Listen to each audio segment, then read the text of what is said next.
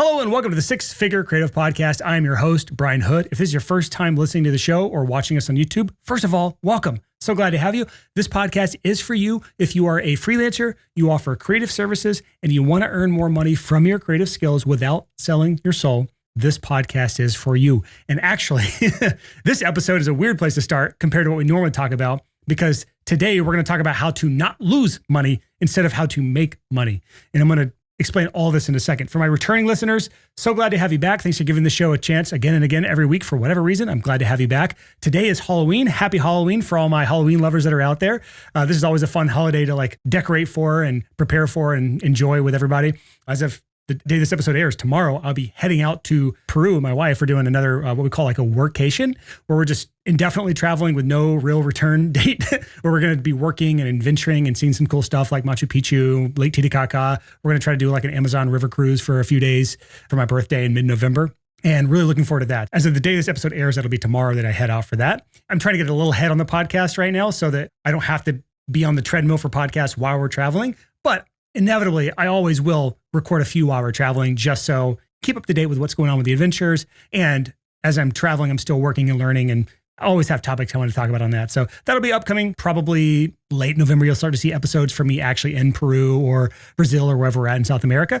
But I just want to give that quick update. So the topic of today's show is something that is unfortunately near and dear to my heart because of what's recently happened. So if you're new to this podcast or you haven't heard anything recently, on September 29th, my Facebook account was compromised. Now, I don't personally care about Facebook. I don't use Facebook like most people. However, I am a huge user of Facebook and Meta ads because I put a lot of money into paid advertising for my businesses, especially on Instagram. If you don't already know this, Meta owns Instagram and Facebook. So if you want to advertise on Instagram, you have to use Meta or AKA Facebook ads in order to promote on Instagram, which is the main area that I use. And so what sucks about that September 29th hacking, if you want to call it that, is that they gained access to our ads account and did a bunch of nefarious stuff. Long story short is I didn't have access to my ads account for 19 days. So that was 19 days that we didn't get to generate new leads through one of our biggest avenues of new leads that are constantly bringing us in thousands of leads a month. I didn't get to do that.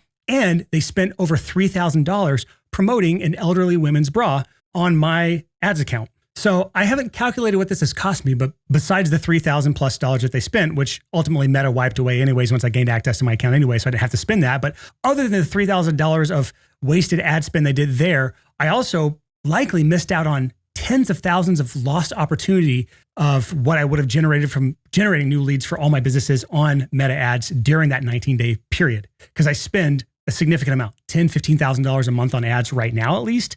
We'll probably be scaling that up soon. And that generates 4 to 5x ROI in the short term and probably double that long term for my businesses. So 19 days without ads is a significant cost to my business. And that was the real issue here, is when I lost access to my personal Facebook account and thus my ad accounts, I had the opportunity cost of losing out on 19 days of paid ads for myself. So this was a big expense for me, like tens of thousands of dollars lost during this time. So I wanted to have an episode dedicated to cybersecurity for freelancers, because we all have risks out there, whether we realize it or not. And the craziest thing about me losing access to my Facebook account is that I took all my security measures very seriously, except for one small thing. And that one thing was significant enough for them to get into my account. So whether or not you ever plan to use paid ads, you're using social media for anything, it doesn't matter what the account is.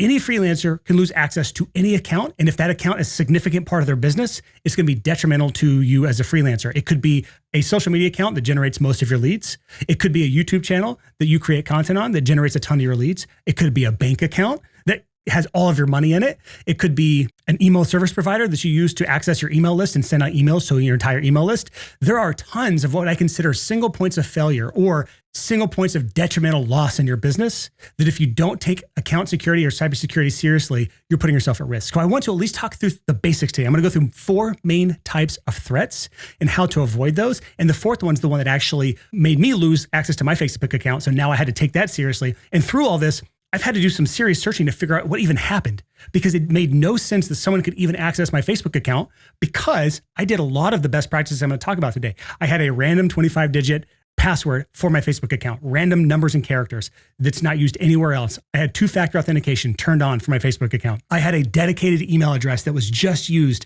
just for the login information on that Facebook account with its own 25-digit random password and its own two-factor authentication. So it seemed to me like there was no way someone could get into that. And yet they still did because of number 4 on my list today. All right, so number 1, what's the number 1 threat that people fall into as a freelancer with their accounts? And that's something called password attacks. This is the most common. And this generally means that someone has somehow accessed your password for whatever thing you log into. And here's some common reasons why this can happen. The first is they can just guess your password. And this happens commonly when people have what they call super passwords. It's the same on every account, or it's just easy to guess. Or sometimes passwords are leaked. So you might have a login, email, and password on one account, and then that company is hacked and your login information is released to nefarious places. And then those people use that same login information on other popular platforms like Facebook, Instagram, bank accounts, things like that, to access it that way. So just sharing passwords can lead to this sort of stuff happening where you have the same password on 2 different accounts. And there's 2 ways to avoid this issue. The first is pretty obvious. Just don't share passwords between accounts. Every single account that you have should have a different password. You don't have just like a super password for everything that you log into, like most people unfortunately do. And then also, when possible, use something called two-factor authentication. We have all done this in some way, shape, or form. It's where we log in and the site says, I don't recognize this device or this browser, so you need to put in this code that we're going to give you. It's either going to text you the code and you have to put it in, this random series of numbers, or if you're using a code generator like 1Password or Google Authenticator, it's this random 6-digit code that cycles every 30 seconds, and you have to have that specific code during that 30-second interval to actually get past this security feature. And the reason this is great is that even if someone has your login information, your password, and everything they would need to access the account, they still can't log in because they don't have that 6-digit two-factor authentication code. So that's the first main threat, is this password attacks, and that's super easy to get past. By the way, if you are struggling to come up with and remember having unique passwords on different accounts, I'm going to show you an easy way. So in this video, I'm going to give you like just a bunch of great information on best practices for cybersecurity, especially when generating passwords and remembering passwords. Great app to use for this. It's a password management app that'll make this so much easier than trying to remember all these different login informations for all these different websites. So that's the first one, password attacks. Number 2 is phishing attacks. Now, phishing and spear phishing, I want to talk about both of these. These are basically targeted attempts to steal information from you. So you've seen something called phishing, and that's where someone might send you a link in an email or a text or somewhere else. You click it and it's asking for information, banking information, login information, or whatever for you to log into the app.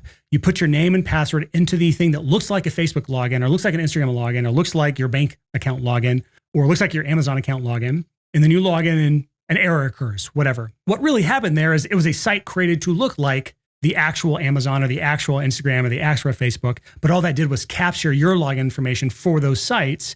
And then now they have your login information for those sites, and they will immediately go log into your account, wipe you out, take you out of it, and make sure that they now have access to the account. And there's 2 types of phishing attacks. There's the like broad phishing attacks that you just get a random email like that. And then there's something called spear phishing, which I didn't hear about until I was researching for this episode.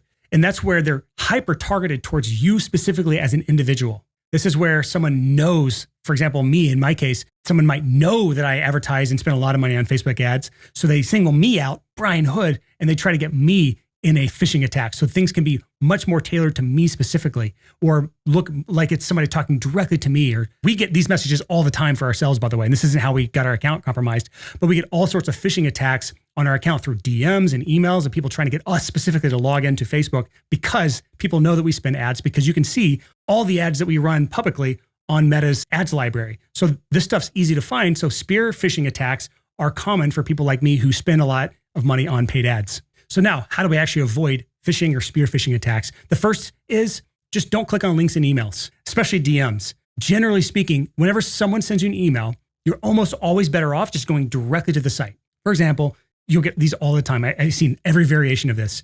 We've shut your ad account down. Click here to re-enable or something like that. That'll be an email that we might get. And if you click that link, it's this phishing attack. They're trying to get our login information to my account so that they can then go take over our ad account. Instead, if you feel like your ad account has been compromised, instead of clicking any link in an email, even if it's from a legitimate source that you know is Meta or Facebook or whatever account you think it is, just open the app itself and log in there, or open your browser itself and go straight to the website. And then within the actual browser that you went directly to the site on, address whatever issue came up that needs to be addressed. And the terrifying thing about phishing attacks and some of the other things that I'm talking about today is many of these attacks come from outside countries. Previously, it was relatively easy to spot these because there would be all sorts of grammatical or typo issues in the emails. But now with ChatGPT and AI-driven copy creation or copywriting, a lot of these emails appear very genuine and are well written, and they can use horribly written English and then get ChatGPT to rewrite it in perfect English. So a lot of the things like the telltale signs of like a poorly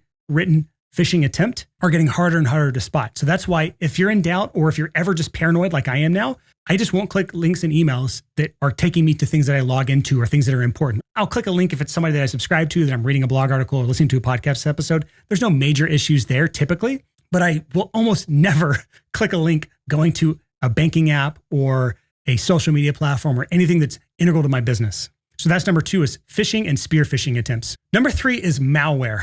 And there's different types of malware out there. There's ransomware, spyware, viruses. Generally, the 2 most common are malware and ransomware. And what these are is it's just pieces of software or nefarious software that gets installed on your computer. Again, I'm just talking as a layman here. I'm not a programmer. I don't fully understand all this, but it's like a virus essentially. And it's doing something nefarious in the background. It won't be completely obvious usually. Sometimes ransomware is, but it's not usually obvious that you have malware, but it will do things in the background that are accessing information that it shouldn't. For example, and this may not be the same as malware, but it's the same concept, is something called a keylogger. Things can be installed on your computer that is tracking everything that you type. And so anytime you type a password, anytime you type something that is private information, the keylogger can steal that from you. Ransomware can be in some ways even worse because what it'll do is it will find software or files or things on your computer or just your computer itself and then hold those things ransom behind a paywall and say you will not get access to this again unless you pay. And these things can be really hard to get off your computer or get access back once something has gotten into your device. And I've heard of this happening not just on Windows devices, which is one of the most obvious things, but Apple devices and even mobile devices. I've heard of malware and things like this getting into mobile devices now. So how do we avoid this? First, preventative. So just don't click on links and emails and socials and DMs. Again, this is how a lot of these things spread, is through links and downloading attachments, things like that. Pretty basic stuff. Again, this is a basics episode. But thing number 2 here is to use anti-malware software. And there's preventative things and there's remedial things, meaning like preventative just means that if you click on a link or you go somewhere that's known to be nefarious or this file that you're about to download has something attached to it, the malware software will scan that and then prevent you from downloading it in the first place. So it prevents things from happening, but it also can detect things that are already on your computer and then what's called quarantine those things and then delete those files so that they're not on your computer anymore. I have 2 that I actually downloaded and used because I was convinced that's how the hackers gained access to my information was through some sort of malware or keylogger. So I downloaded one called Bitdefender, that's for Mac, and Kaspersky, which is also for Mac. And I've seen a lot of reviews and there's no perfect software out there anyways, so don't take my word as gospel here. But I just wanted twice, just so I had 2 different, what we consider opinions, like a doctor's opinions on my computer to make sure there's nothing on there. And it found nothing. And I have it installed on all my devices essentially at this point because I got extremely paranoid after all this happened, trying to figure out how the hell they got in. Again, that's number 3 is malware. This is another common way people gain access to things. But now 4th and final for this list on this kind of basics episode on cybersecurity is something called cookie hacking and or man-in-the-middle attacks. So what is this? Well, first of all, this is how I believe the hackers gain access to my account. So this is where hackers somehow intercept communications or cookies that are stored in your browser. And what this essentially does, I'm going to try to explain it as best I can, as best I understand. Cookie hacking is when, for example, you log into your account on Facebook, which is my case, and you are logged in. And when you leave the site and come back, you don't have to log in again. That's because there's cookies saved in your browser that says that this session, this person in this browser, in this environment is Brian Hood. And as long as this device on this browser, then you can keep coming back again and again and again, and you don't have to log in again. Cookie hacking, from what I understand, is when someone, and we'll talk about how they access this, someone accesses your cookies in your browser and then accesses that cookie that says, I am Brian Hood, I am logged into Facebook. And therefore, I can go into your account and I don't have to log in again. And that was what, as far as I understand, was allowing them to bypass my 2-factor authentication. And the reason they were able to access this was because I was at a coffee shop in my neighborhood and I was on a public Wi-Fi network and I didn't use a VPN, which is spoiler alert for how you avoid this. In the US, I don't think it's as common for people to think about using a VPN on a public Wi-Fi network. It's very common overseas, mainly because Europeans and people in Asia will have VPNs just to watch like American Netflix. And we do it when we travel. I have a VPN just so I can appear that I'm in the US so that we can watch shows or movies while we're traveling in the other countries that aren't typically available in those locations. So this is a common use of VPNs. It essentially is used by most people to pretend you're somewhere that you're not. In this case, what a VPN is used for is to encrypt, I believe, your traffic so that people can't access things like your cookies or hack into your browser or whatever. So because I was browsing on an unsecured network at a local coffee shop without a VPN, someone was able to access through their network, my browser, and then essentially lock me out of my own account. Now, the thing I'm not fully sure of, and I don't know enough about, it's called session hijacking, or cookie hacking is kind of the same thing. What I'm not sure about that is when someone has stolen my cookies and is logged in as me through my cookies, if someone could then disable my own two-factor authentication without having that code. It would seem like a huge security flaw if that's able to happen, but they did do that. They somehow disabled my two-factor authentication. And I believe they were able to do it through what's called a man-in-the-middle attack, which is similar to cookie hacking, where they're able to essentially hijack my browsing session and intercept my two-factor authentication code when I was attempting to type it in. Because there was a definitive moment when I was at the coffee shop in Facebook ads, launching some new ads, setting up some retargeting campaigns, just normal stuff. And something had popped up where my account was locked. And this has happened a couple times before, where it says, we believe someone's trying to hack you or whatever. And this has happened enough before where I'll be in the comfort of my home and it'll say my account's locked. And I just click a couple buttons and it unlocks the account. It's just weird. It's almost like The Boy Who Cried Wolf, where Facebook has done this enough times over the years or over the last 8 months where they're telling me something has been compromised or potentially compromised without giving me any information, and then saying you need to authorize that it is you. And I click literally like 2 buttons on the account and then I'm authorized. What I believe happened this specific time was that exact same stuff came up. However, at that time, it asked for my two-factor authentication code. And I believe that's where the man-in-the-middle attack comes in, where when I typed the code, they were instantly able to access that code. And then instantly they removed it from my account when I did that. I'm not sure if that's the case or not. And I'm still not totally sure how they disabled my two-factor authentication, but that's the best that I can come up with as of right now. So how do we avoid this? Enough about me specifically, but how do we avoid this from happening to us? The first is to just use a VPN. If you're ever on a public network, you're not at the comfort of your own private Wi-Fi network in your house, use a VPN. Next is, if you can avoid using any sort of public Wi-Fi for sensitive things, please avoid it at all costs. Now, obviously, when we're traveling in Peru, I have to use Wi-Fi when we're traveling for my businesses, so I will have to use a VPN. But when you can, avoid using public Wi-Fi, especially without a VPN. And then make sure you are logged in with HTTPS. So if you look at a URL at the top of a page, and honestly, Chrome is great about not allowing you to go to pages without an SSL encryption.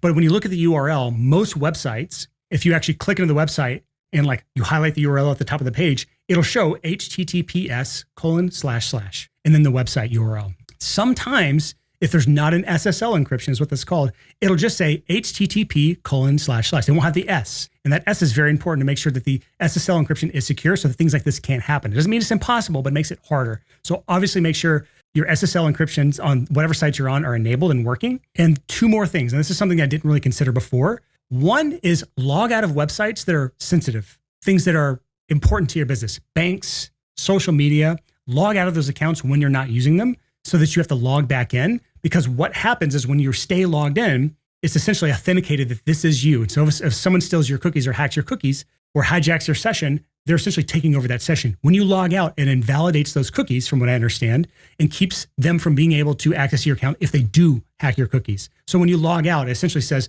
these cookies are now spoiled, throw them away. So they're not worth stealing. And then finally, to prevent this, is just regularly clear cookies. I always avoid this because it's annoying, because when you clear your cookies, it by default logs you out of everything that you've ever been logged into. And it even tells sites, as far as I understand, there's like no record of you being here. So like if you have two-factor authentication set up, you'll have to log back in with all of this stuff. It's really annoying. But I can tell you right now, it is a lot less annoying than losing 19 days of paid ads potential and tens of thousands of dollars in lost revenue because you didn't want to clear your cookies. So that is the 4th and final thing, is cookie hacking / man-in-the-middle attack / session hijacking. All these things that I don't fully understand and I now know a little bit more about. And if you do nothing else, just do these 2 things. Use a VPN when you're browsing on any network, and then log out of sites that are important to you that you don't want someone else to be able to access. If you just do those 2 things, that'll keep 99% of this at bay. So before we wrap this up, let's talk about some additional measures, things that are important or things that are good to know or use when it comes to keeping everything secure for your business. The first is use a password manager. I use one called 1Password.